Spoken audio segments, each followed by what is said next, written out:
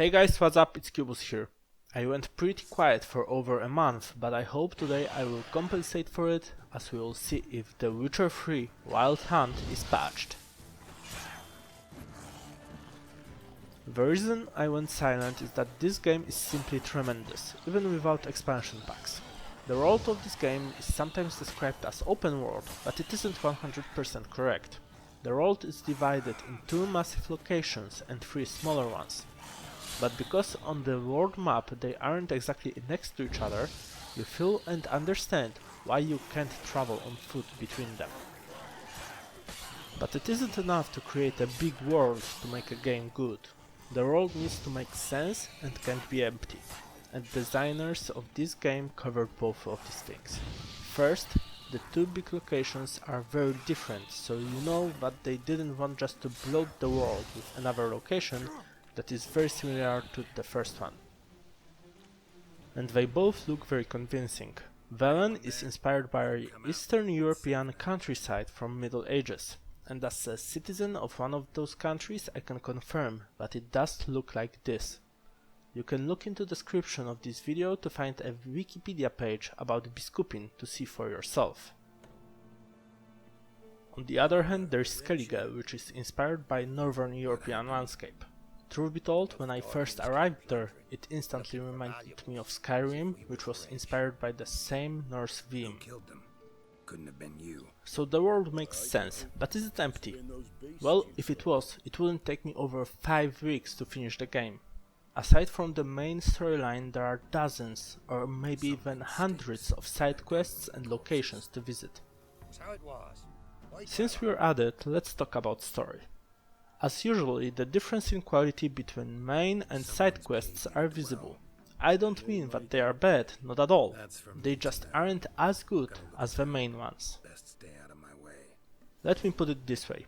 The main storyline is absolutely fantastic. It is very well written and covers things from domestic abuse and alcoholism to spies, treasons and conspiracies.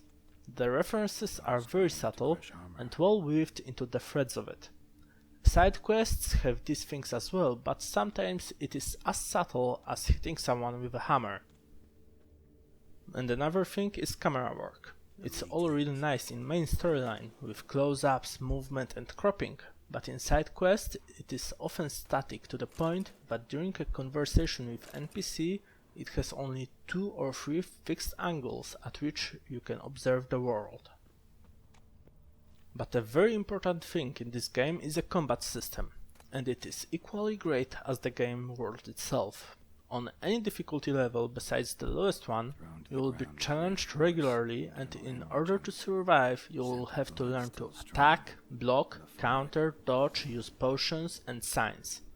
But all of this doesn't make the game a Dark Souls clone, as it is very well balanced.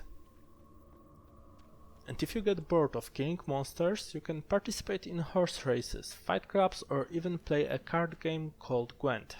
Only other issue that I see, apart from the quality of side quests, is the interface.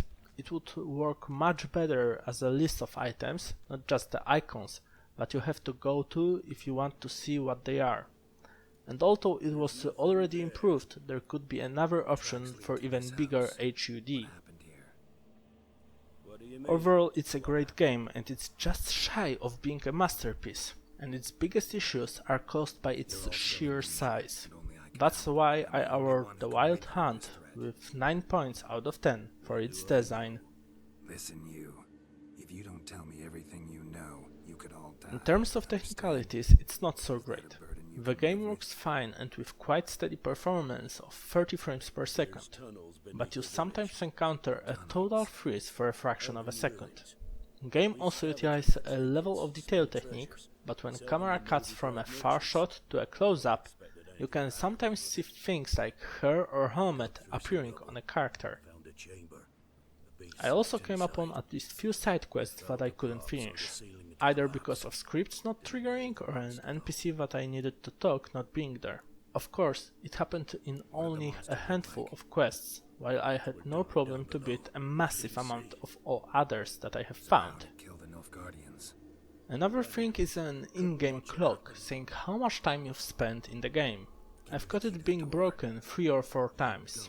When for example I was playing the game on Monday and it said I was 3 days in, and after playing a few hours on that day and another few the next day, it said I was just 2 days in.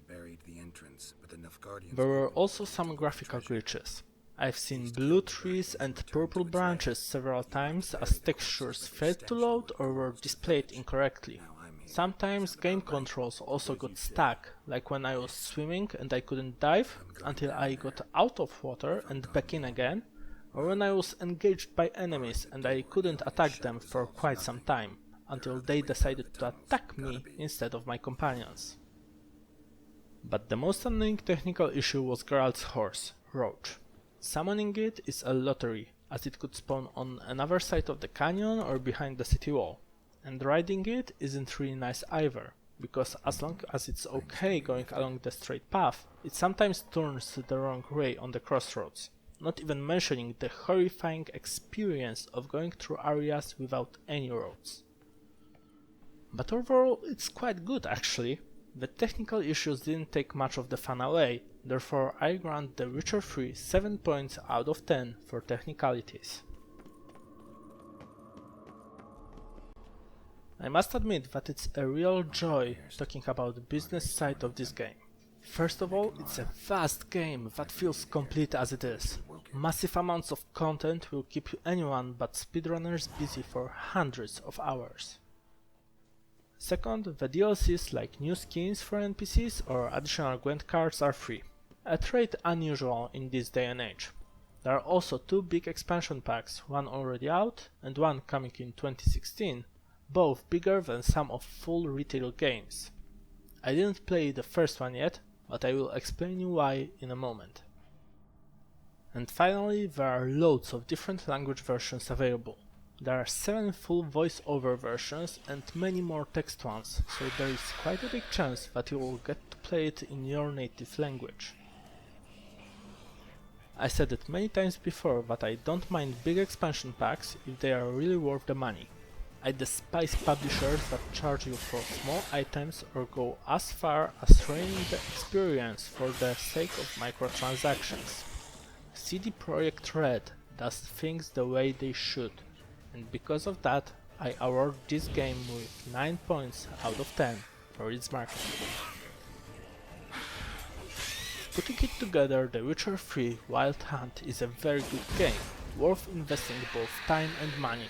It's one of the best RPGs I've ever played, and so it gets a total score of 25 out of 30 points.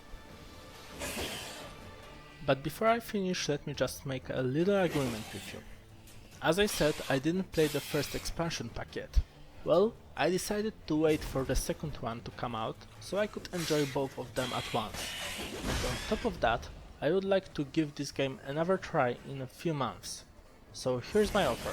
I will get back to this game to see if the technical issues are fixed, expansion packs are as good as they say they are, and if they are worth the extra money. Until then, thank you for watching, I hope you enjoyed this video. If you did, and you would like to see more of those, please subscribe to this channel and follow Is It Patched on Facebook for more frequent updates.